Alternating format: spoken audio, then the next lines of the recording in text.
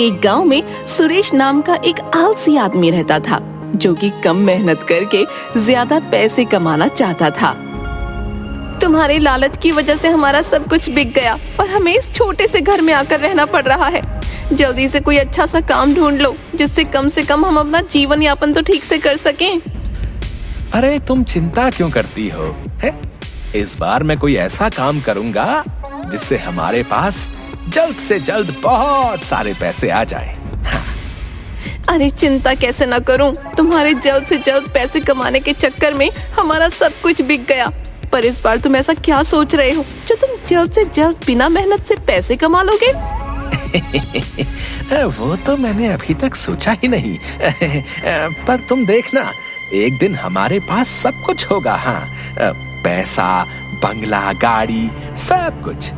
और तुम महारानियों के जैसे हुक्म चलाना बस। हाँ हाँ, जैसे सब तुम्हारे नौकरी पर आने का इंतजार ही तो कर रहे हैं। अच्छा सुनो, मुझे किसी काम से शहर जाना है, तो मुझे थैला दे दो, और कुछ चाहिए हो तो बता देना।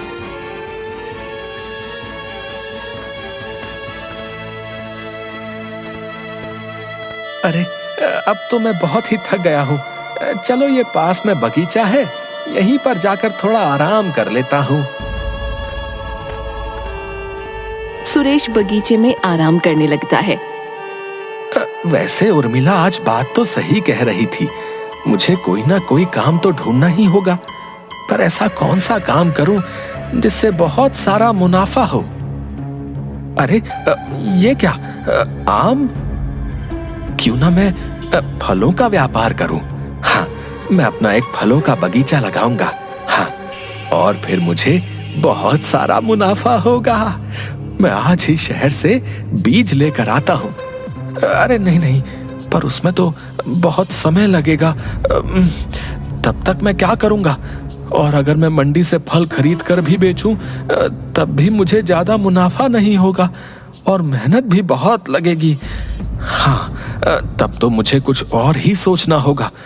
और इतनी मेहनत, ना बाबा ना, मैं नहीं कर सकता। मुझे कुछ और ही सोचना होगा। पर अभी तो मैं इस बगीचे से फल लेकर जाता हूँ।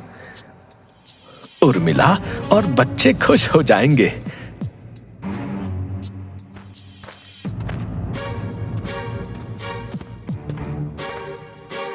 अरे उर्मिला, बंकू, देखो मैं तुम्हारे लिए क्या लेकर आया हूँ। अरे वाह पिताजी, आप मेरे लिए इतने सारे फल लेकर आए हो।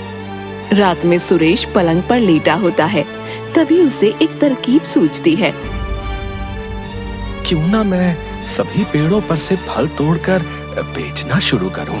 और वैसे भी एक पेड़ पर इतने सारे फल होते हैं, मैं तो तोड़ भी लूंगा तो किसे पता चलेगा। हाँ, मैं कल से ही ये काम शुरू करूंगा। हाँ। अरे उर्मिला, मैं आज से एक नया काम शुरू करने जा रहा हूँ। जाओ, मेरे लिए दही शक्कर तो लेकर आओ। हाँ, वो सब तो ठीक है, पर तुम ऐसा कौन सा काम करोगे? अरे तुम आम खाओ, है? गुठलियां क्यों गिन रही हो? सुरेश एक सुनसान बगीचे में कुछ फल तोड़ने के लिए जाता है। चलो, आज का काम तो अच्छे से हो गया और कोई दिक्कत भी नहीं आई। अरे कुत्ते, ये कुत्ते यहाँ क्या कर रहे हैं? भागो भागो यहाँ से, हुश हुश। तभी कुत्तों से बचकर सुरेश भागने लगता है। जैसे तैसे उनसे बचकर वो घर पहुँचता है। आज तो बाल बाल बच गया, नहीं तो ये कुत्ते मेरी जान ही ले लेते। अरे उर्मिला, दरवाजा खोलो भाई। अरे ये क्या हालत बना कर आए हो और किससे मार खा कर आए हो? बताओ, ऐसा क्या काम कर रहे हो जो लोगों की मार खानी पड़ रही है? अरे वो मेरे पीछे कुत्ते पड़ गए थे, उनसे बचकर आया हूँ। अब हटो यहाँ से, तुम्हें तो मेरी कुछ पड़ी ही नहीं है। अरे अब मैं ऐसा क्या करूँ जिससे कि मैं अमीर बन जाऊँ? अगर मंडी से फल लेकर आया तो बहुत ही महंगे पड़ेंगे। तो अब मैं ऐसा क्या करूँ जिससे सांप भी मर जाए और लाठी भी ना टूटे? पिताजी, आप इतने मीठे फल कहाँ से लेकर आए? अगर मैं फलों का व्यापारी होता तो आपको इन फलों के दुगने तिगुने दाम दे देता। हाँ, इतने स्वादिष्ट फल तो मैंने आज तक नहीं खाए। और वहाँ से चला जाता है। हाँ, साहबजादे को बात बनाने को बोल दो बस। इतना आसान होता है क्या व्यापार करना जो दुगने तिगुने दाम दे देता? क्या दुगने और तिगुने दाम दे देता? हाँ, अब मुझे समझ में आ गया है कि मुझे क्या करना है। अब से मैं ऐसे ही पेड़ों पर से फल तोड़ तोड़ कर बाजार में बेच आऊंगा। वैसे भी एक पेड़ पर इतने सारे फल होते हैं, तो अगर मैंने कुछ फल तोड़ भी लिए तो किसे पता चलेगा। वाह सुरेश वाह, क्या दिमाग लगाया है तूने।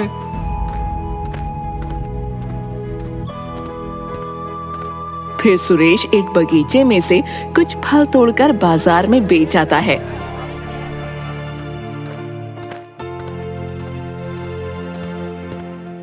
उर्मिला, अरे ओ उर्मिला। अरे क्या हुआ?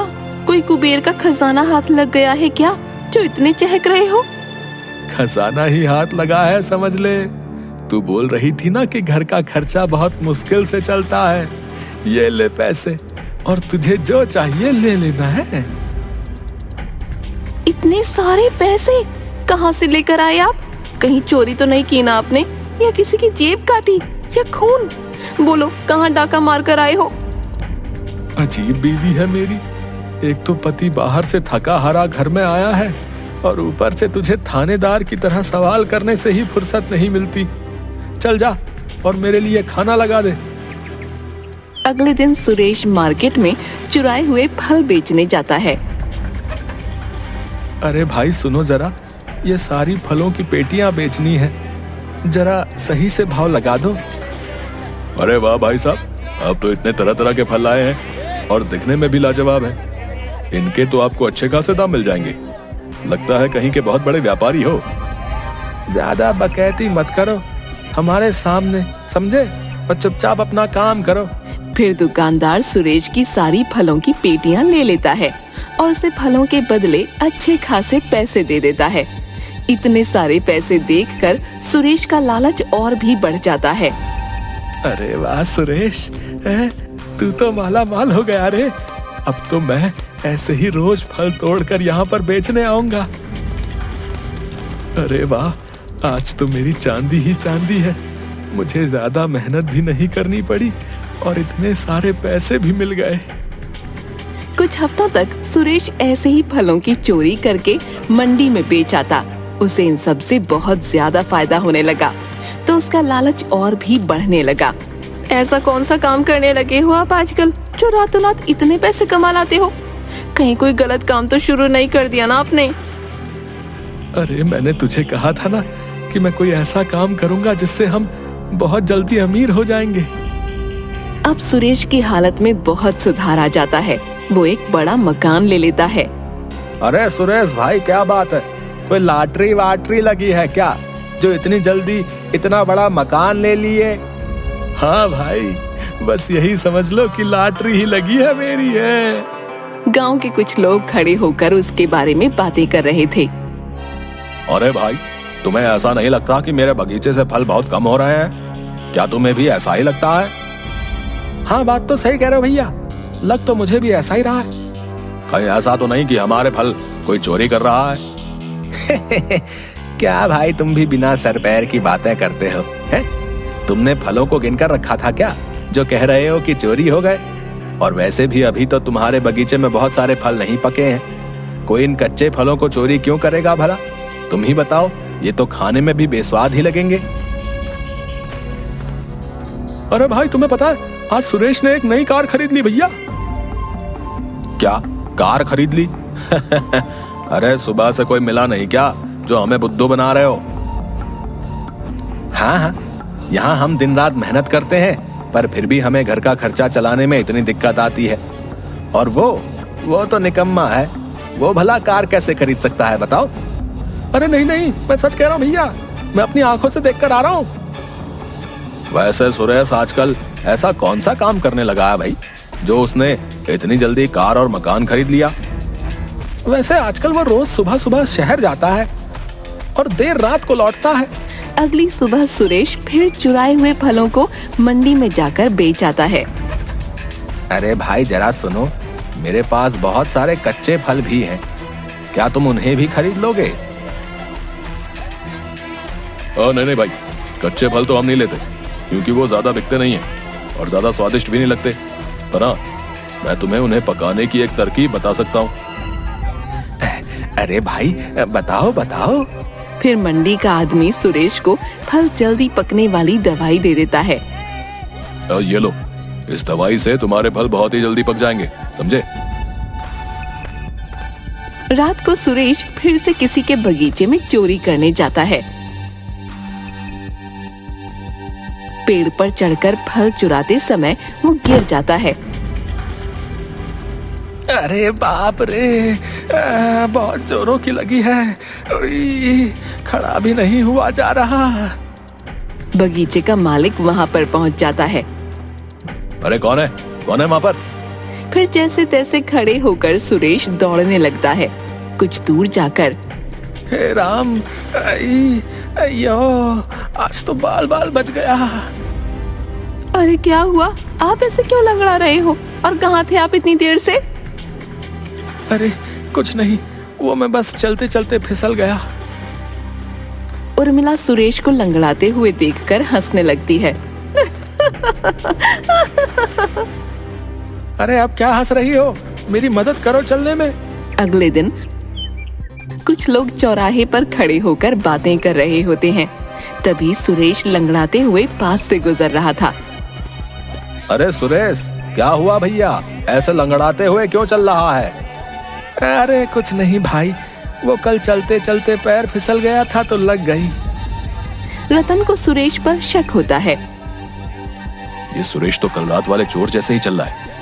कहीं ऐसा तो नहीं कि सुरेश ही मेरे फलों की चोरी कर रहा था? पर अगर मैं ऐसे ही कहूंगा तो कोई भी मेरी बात पर विश्वास नहीं करेगा और सुरेश भी कोई ना कोई बहाना बना देगा। मुझे इसे रंगे हाथों पकड़ना होगा। मुझे कुछ ना कुछ तो सोचना ही होगा। रात को सुरेश फिर से रतन के बगीचे में चोरी करने के लिए पहुंच जाता है। आज तो मैं इसके बगीचे से बहुत सारे फल तोड़ दूंगा, ताकि मुझे बार बार ऐसे मेहनत करने की जरूरत ही ना पड़े। और वैसे भी आज तो मैं फलों को पकाने वाली दवाई भी तो लेकर आ गया हूँ, तो बस उसे इन कच्चे फलों में डाल दूंगा।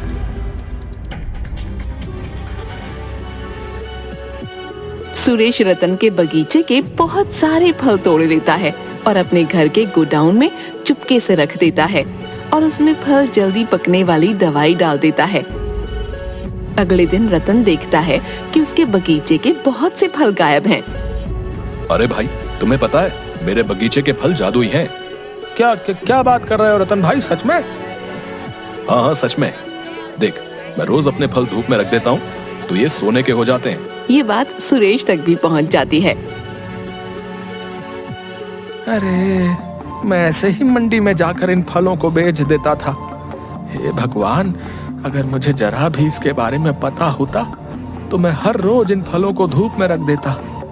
चलो कोई बात नहीं, अब भी मेरे पास बहुत सारे फल हैं, मैं इन्हें धूप में रख देता हूँ। मेरी तो चांदी ही चांदी है। अरे नहीं नहीं, चांदी नहीं, सोना ही सोना है। फिर उसके बाद मुझे कोई धंधा नहीं करना पड़ेगा। अरे वाह सुरेश, वाह वाह, तेरे हाथ तो सोने का अंडा देने वाली मुर्गी लग गई रे। इंस्पेक्टर साहब, गिरफ्तार कर लीजिए इस चोर को।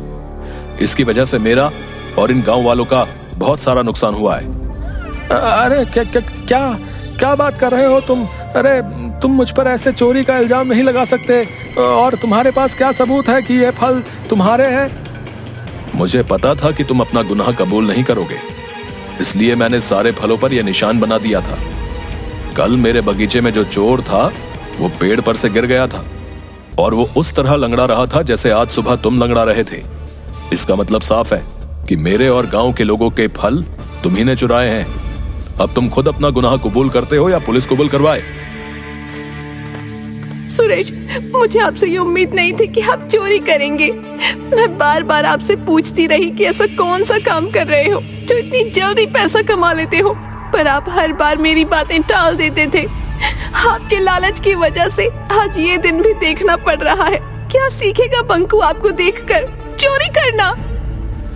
मुझे माफ कर दो उर्मिला, मैं भी क्या करता। मुझे पैसे कमाने का इससे आसान तरीका और कोई नहीं मिला।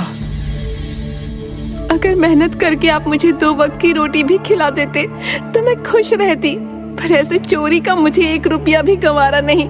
मैं ये आपका बंगला, गाड़ी सब छोड़कर मेरे इस पुराने घर में फिर से जा रही हूँ।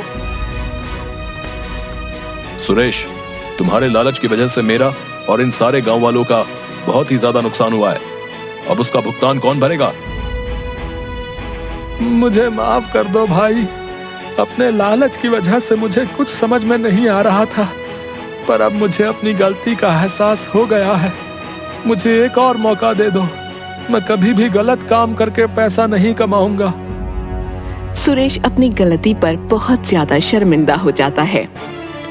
तुम्हें देखकर तो दया छोड़ो, 2 थप्पड़ और मारने का मन करता है, लेकिन तुम्हारी बीवी और बच्चों पर दया कर रहे हैं। अगर आइंदा कोई ऐसी हरकत की तो माफी का कोई मौका नहीं मिलेगा, याद रखना। हाँ भैया, मैं वादा करता हूँ कि मैं मेहनत करके ही कमाऊंगा और अब से जल्दी पैसे कमाने के बारे में नहीं सोचूंगा भैया।